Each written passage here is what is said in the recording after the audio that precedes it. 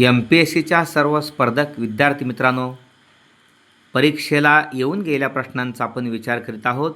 त्यामुळे त्या परीक्षेतील प्रश्नांचं महत्त्व आणि प्रश्न विचारण्याचा साचा कसा असतो हे कळतं. लिपिक टंकलेखक परीक्षा 2013चा प्रश्न आहे. जर 8 पाय 4 बरोबर 3, 9 पाय 6 बरोबर 5, तर 7 पाय 5 बरोबर प्रश्नचिन्ह. 2, 4, 6, 8 हे पर्याय आहेत. पाहूया. 8 पाय 4 म्हणजे 8 अधिक 4 बरोबर 12 आणि 12ला भागिले 4 केले की हे 3 मिळतं आहे.